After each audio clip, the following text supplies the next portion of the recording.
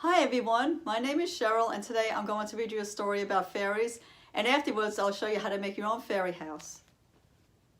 The title of the book is called Secret of the Wings. It is adapted by Lisa Massoli, illustrated by the Disney storybook artist. Tinker's Nook was bustling with activity. The Tinker Fairies were making snowflake baskets for the fairies of winter. A flock of snowy owls soon arrived for the baskets, bringing a final shipment order for Fairy Mary with them. "Goodness," Fairy Mary said, "they need 20 more baskets for tomorrow's pickup." Tink watched as the magnificent birds headed off towards the winter woods. "There's a whole nother world over there," she said to herself. Later that day, Tink volunteered to help her friend Fawn take animals to the winter woods to hibernate. But Fawn told Tink that they could only bring animals to the border and weren't allowed to go into the winter woods. Then she got distracted by a sleeping animal. "No hibernating yet," she called into the animal's ear. "You could do that in winter." Even though she knew it could be dangerous, Tink was very curious about the winter woods. With Fawn distracted, Tinkerbell jumped across the border. Tink gazed in wonder at the beautiful wintry landscape, enchanted by the delicate snowflakes that drifted down all around her. Suddenly, her wings began to sparkle in a burst of colorful light, and she heard the faint sound of a baby's laugh. The magical moment ended when Fawn yanked Tinkerbell back into autumn. Fawn touched Tink's wings and gasped. They were freezing! Fawn rushed Tink straight to the fairy hospital. A healing talent fairy examined Tink's wings. Then she warmed them until they were back to normal again. Tink was on a mission to find out what had made her wings sparkle. She flew off to the book nook where she found a wing-shaped book she hoped would give her some answers. Unfortunately, a bookworm had chewed through the pages. A fairy told Tink that the author of the book, the keeper, might be able to help her, but he lived in the winter woods. Tinkerbell put on a warm outfit, packed the book in a bag, and snuck into Tinker's workshop. Then the adventurous fairy climbed inside a snowflake basket. Tink's fairy friends watched closely. In a moment, Tink was soaring through the air. The young owl that had picked up the basket had no idea there was a stowaway inside. As the owl crossed into the winter woods, Tinkerbell felt a cold blast of air. She peeked out of the basket and saw a valley spread before her.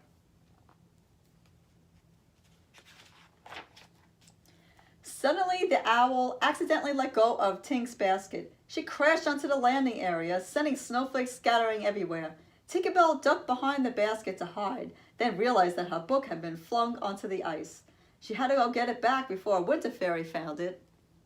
Just then, Lord Malari, the Lord of Winter, arrived. "Now, that is odd," he said, grabbing the book from Sled, a winter fairy who had spotted it. Lord Malari asked Sled to return the book to the keeper. Tinkerbell secretly followed Sled to the Hall of Winter.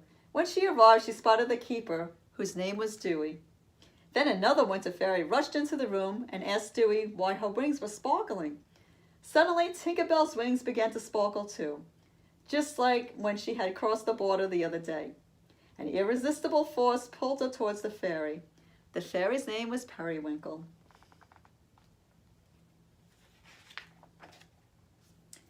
The girls hoped Dewey could explain what was happening to their wings. He brought Tink and Perry over to a giant snowflake.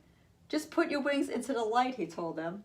A few seconds later, the chamber filled with images, showing the journey of a baby's first laugh, a laugh that split into two and landed on a dandelion.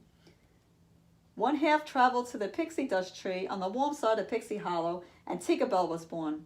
The other half blew into the winter woods, and baby Periwinkle arrived. That meant Tink and Perry were sisters.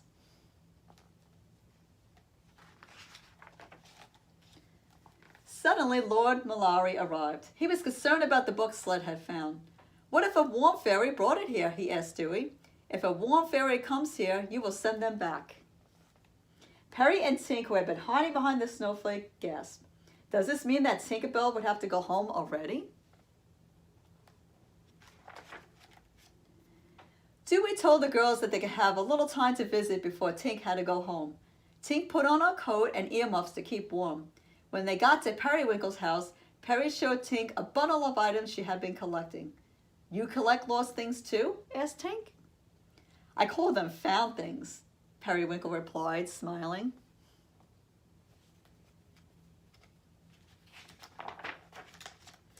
Next, they went to the Frost Forest, where Perry introduced Tinkerbell to her friends, Gliss and Spike. They went ice sliding, which was sledding on a frozen roller coaster. Tink had a wonderful time.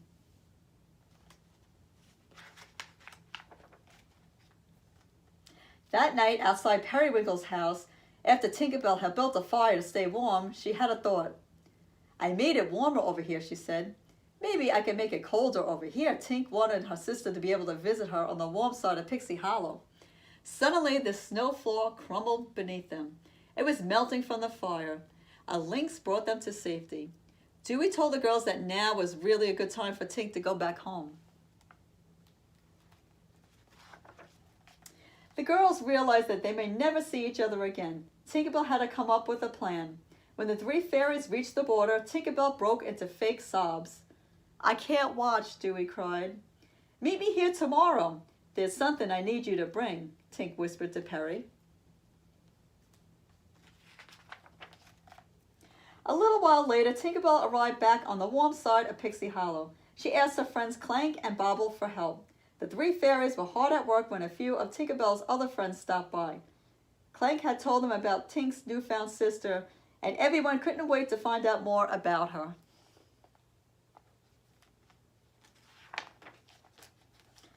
The next day, Tinkerbell arrived at the border with Bobble and Clank, who were pulling a strange-looking contraption.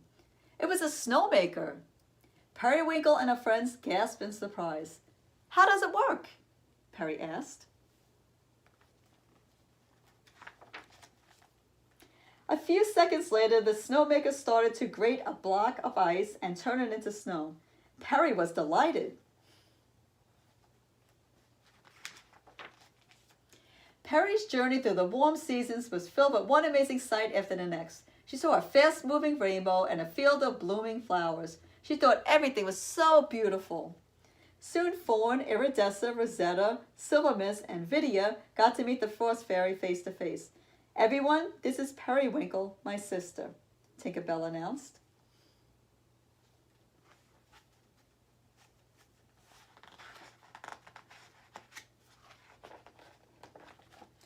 Immediately, Tink brought Perry back to the border. At that moment, Lord Malaria appeared. "Lift your wings," he told Perry. "Let the cold surround them."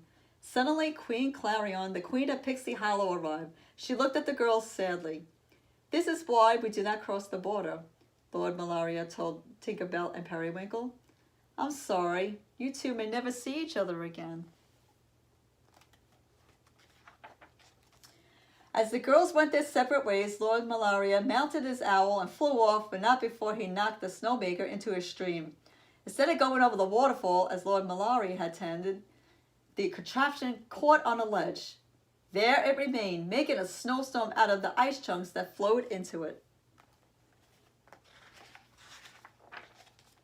Later that day, Queen Clarion tried to make Tinkerbell understand why the rule about not crossing the border was so important. She told the story of two fairies who fell in love. One was from the warm seasons and one was from the winter woods. One of the fairies crossed the border and broke a wing, an injury for which there was no cure. Just as the queen finished her sad tale, it began to snow. Queen Clarion was concerned. It was very dangerous for snow to fall in Pixie Hollow. Queen Clarion, Tink, and a group of fairies arrived at the stream to find Clank and Bobble attempting to free the snowmaker, which was making a small blizzard from the ledge. Everyone rushed to help. Finally, they succeeded in pushing the machine into the water, but snow soon showered down from the sky. "It's too late," Queen Clarion said quietly. "The seasons have been thrown out of balance." If the warm side got too cold, the pixie dust tree would freeze and there would never be any more pixie dust. Just then, Tink noticed that a flower that Periwinkle had brought to the warm side of Pixie Hollow was still blooming. Tinkerbell flew straight into the winter woods, but her wings iced over and she fell. She asked why the flower was still alive. Gliss explained that frost tucks warm air inside. We could frost the pixie dust tree before the freeze hits it, Perry suggested.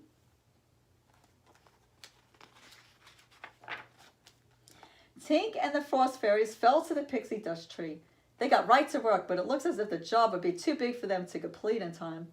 Then Tink spotted Dewey, Lord Malaria, and the rest of the frost fairies flying down towards them.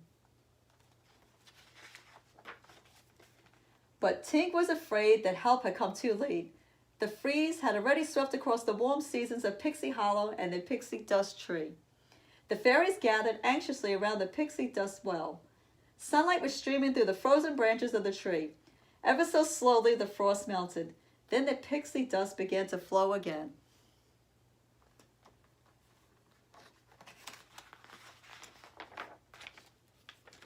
All of a sudden, Tinkerbell realized that she had broken a wing when she had flown to the winter woods. "It's getting warmer," Tink said bravely to Perry. "You should get back to winter." As the sisters held hands and said goodbye, an explosion of light burst from the wings. Magically, Tink's wings was healed. From that day on, warm fairies could cross the border into winter anytime they liked. A coat of frost kept them safe and warm. Friendships between warm fairies and winter fairies bloomed, all just as beautiful as Periwinkle's flower.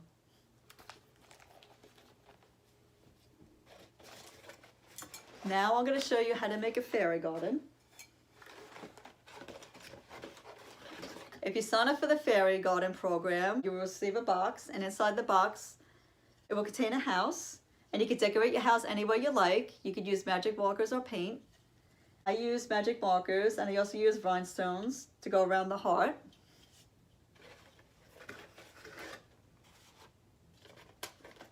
Inside the kit, you'll get rhinestones to decorate your house.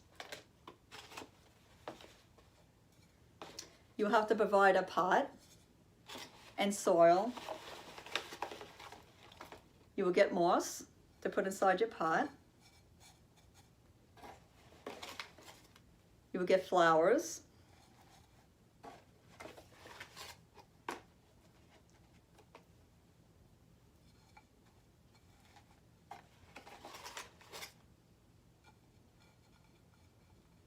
A fairy.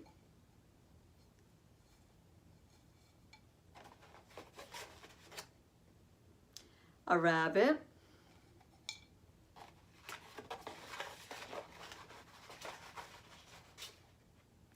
A mushroom.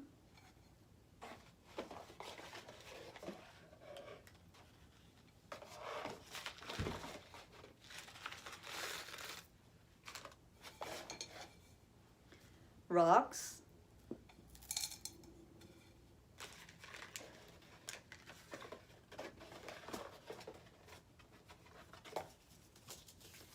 And seeds for your fairy garden. You can decorate your fairy garden any way that you wish, and we would love to see pictures of your fairy garden. You can send your pictures to summer@lindenhurstlibrary.org. Also, to sign up for this program, you need to go to our website.